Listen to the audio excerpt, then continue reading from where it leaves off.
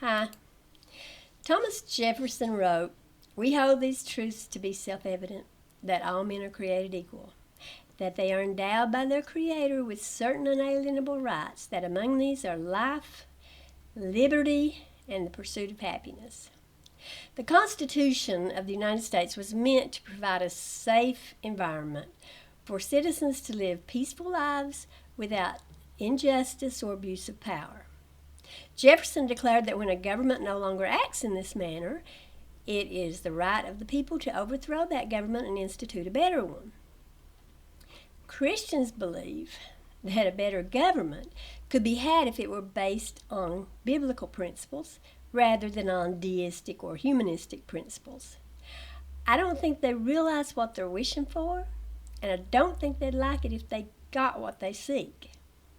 What Christians tend to want is a government based on laws from the Old Testament.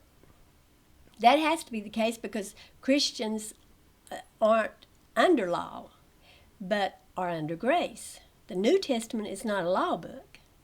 So let's take a gander at the Bible and see whether it would be a good idea to follow the laws it contains. We'll start in Genesis. In one of the first conversations the God of the Bible had with the man he had created, he declared that he was going to kill the man if he didn't do exactly as the God said. The religion of the Bible is all about death.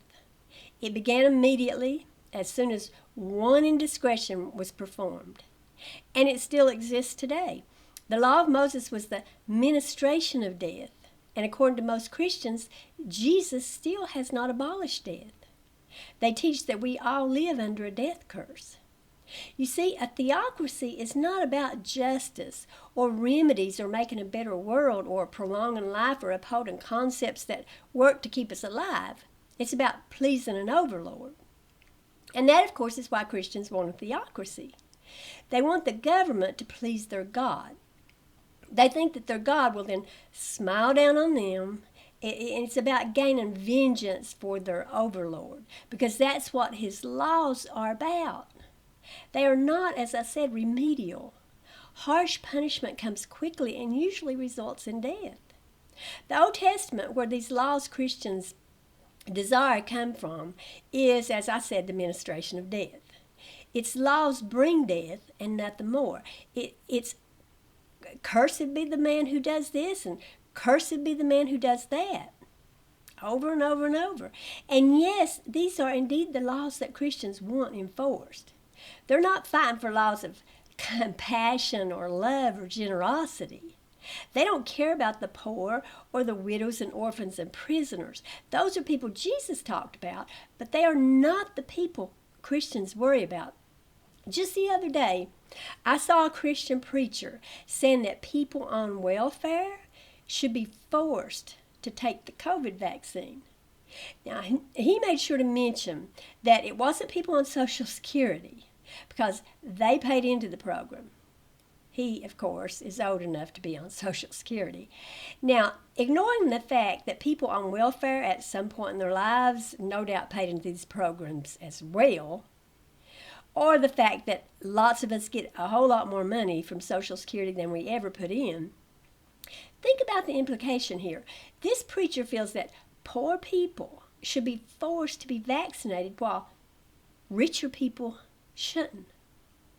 These are the types of laws Christians want enforced. Yes, Christians tout the misplaced notion that the Bible and Christianity are the source of our constitutional rights and our democracy. But the truth is that a biblical theocracy cannot possibly be the source of those rights.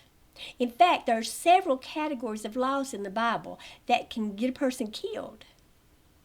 These categories exhibited in a theocracy are, and we'll use a little alliteration here, providence, principles, programs, prophets, and princes. So we'll talk about each one of these. Providence. Overall, the mindset in a theocracy is that the deity is sovereign. He rules by might and by divine right and command. Anything he does is right simply because he says so.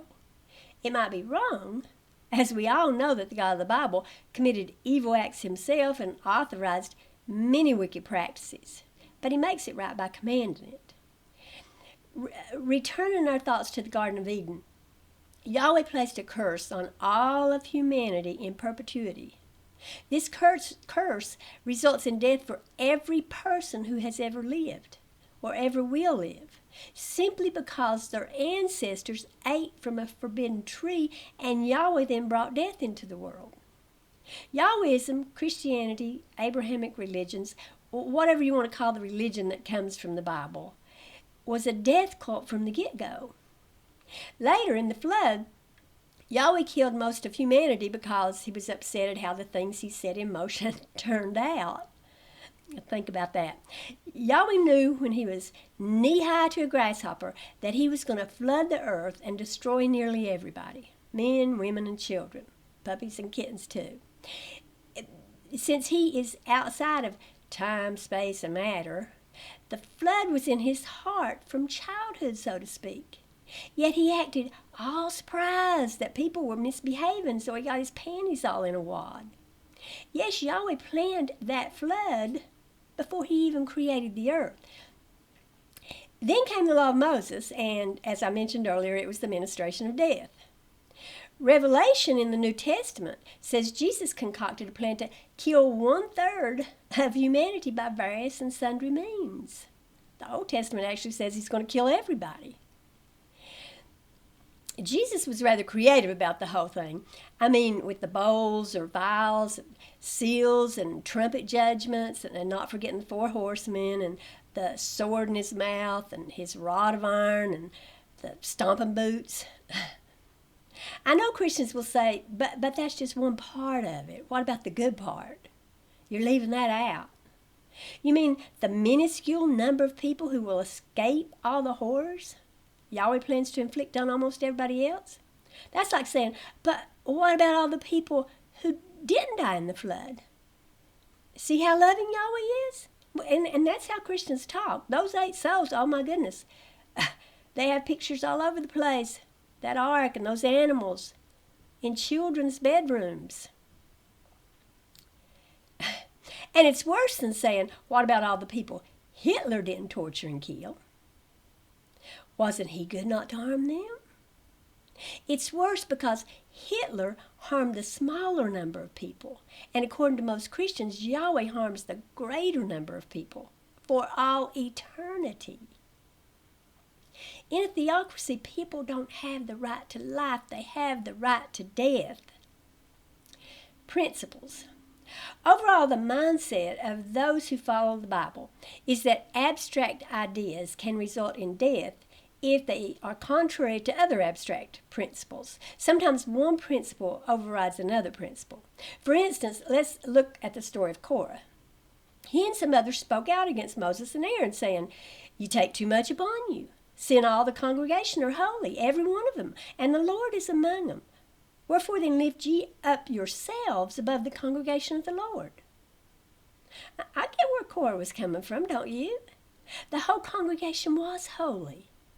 They were all children of their God. They were a consecrated, set-apart people. Exodus 19:3-6 says, "And Moses went up unto God, and the Lord called unto him out of the mountain, saying, Thus shalt thou say to the house of Jacob, and tell the children of Israel, and ye shall be unto me a kingdom of priests, and an holy nation.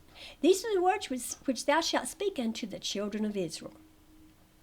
These people were all priests, and Korah wanted to retain a rudimentary notion of democracy. He sought to hold on to the priesthood of a father's ancient rights over his home family, as Yahweh had declared, rather than having the priesthood rest in a monopoly of the family of Aaron.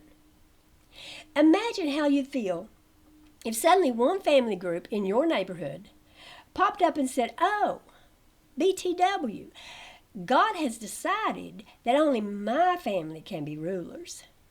So from now on, we make the decisions that all the rest of y'all have to follow what we say. Oh, and you have to feed us too." How would you react? Would you even believe your God had spoken to these people? No, you would not, and you know you wouldn't. The Bible says that Christians are a royal priesthood and a holy nation. And a lot of Christians therefore refuse to allow any one man or family to rule them. Thus, they don't bow down to the Pope. They claim the right to determine what's right for themselves. But Core found out he had no rights whatsoever in a theocracy. And for suggesting that he should be able to retain these ancient rights, he was rewarded with being buried alive, along with his own family and whole families of those who agreed with him, and all their goods and anything that pertained to them. In a theocracy, people have the right to death. Programs. When the Sabbath laws were initiated, a hapless homeowner was out collecting sticks, possibly doing some much-needed yard work or gathering kindling for his fire, I don't know. Unfortunately, he chose to clean up his yard or gather the kindling on a very special magic day. What punishment did he receive for simply picking up sticks? Not stealing sticks, mind you, just picking them up on a particular day. Well, the man got stoned. And not the good kind of stoned either. His neighbors threw rocks at him until he died. That was the supposed just and holy punishment for doing something on a particular day. Not anything evil either. If your God rests, you got to rest too. All your noise keeps him from sleeping, maybe. Who knows? Even in the New Testament, we see egregious injustice within the church itself. Ananias and Sapphira sold their property and brought part of the money to the apostles. That was a generous thing to do.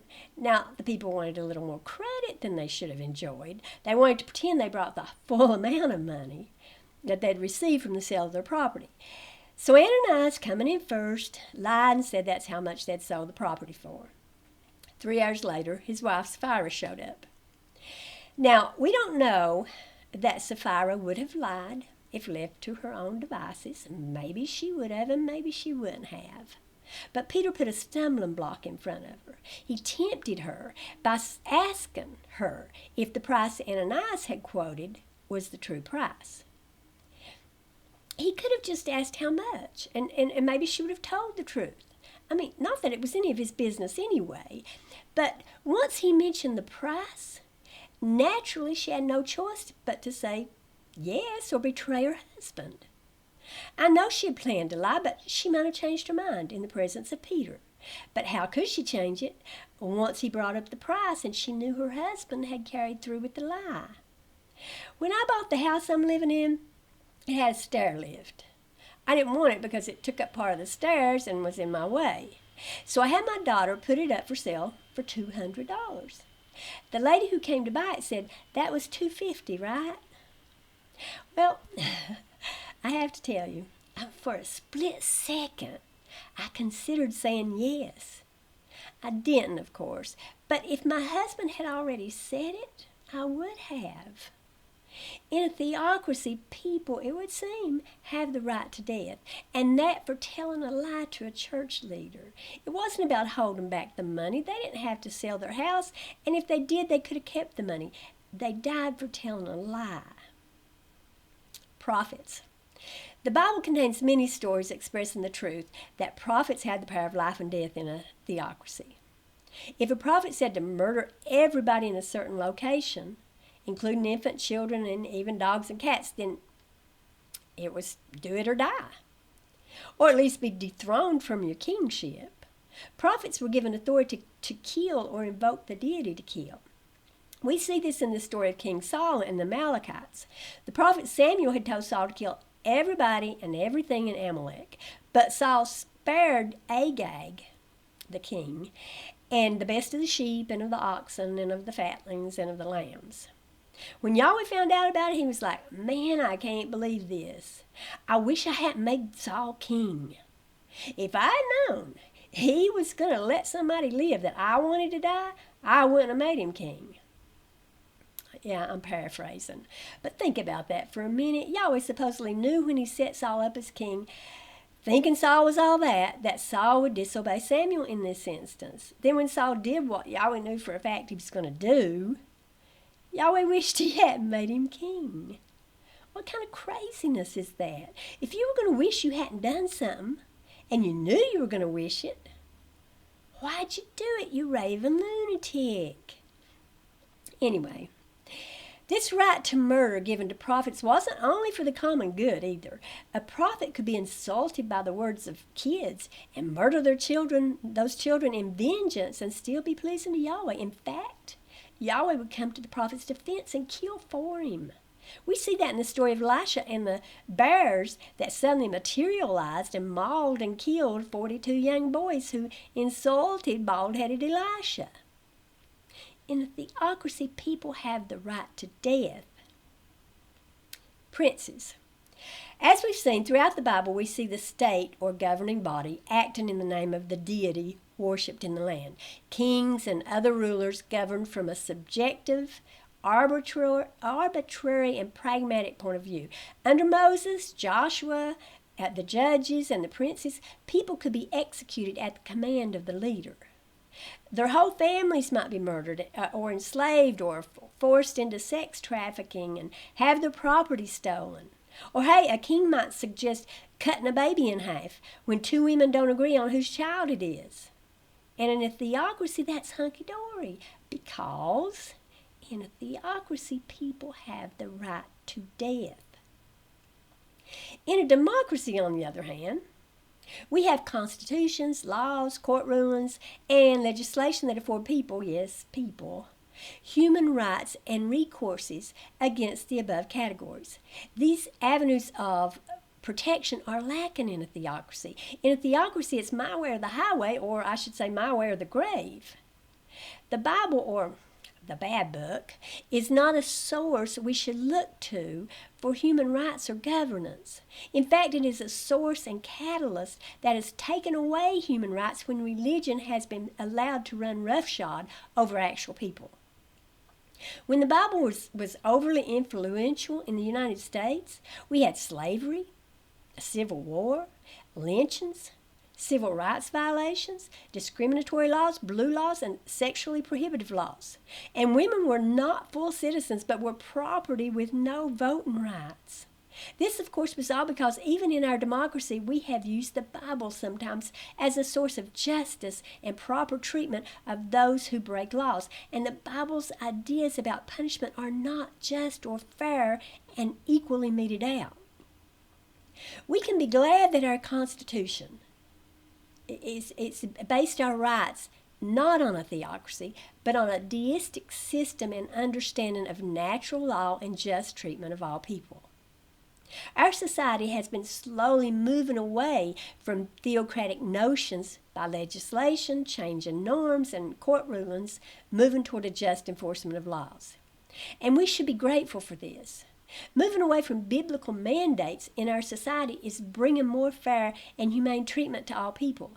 It is destroying the death sentence hanging over us that came out of a crazy idea of enforcing ancient and harsh biblical law. A theocracy brings death. We obey the overlord or dictator or religious authority figure or whoever happens to be in charge. At his discretion, we are punished, perhaps severely, if we fail to be obedient in every aspect of our lives. Our lives are in the ruler's hands. He can keep us alive or dispose of us at will. We have only a right to death. In a democracy, however, people truly do have a right to life, and let's keep it that way. Thank you for watching. Bye.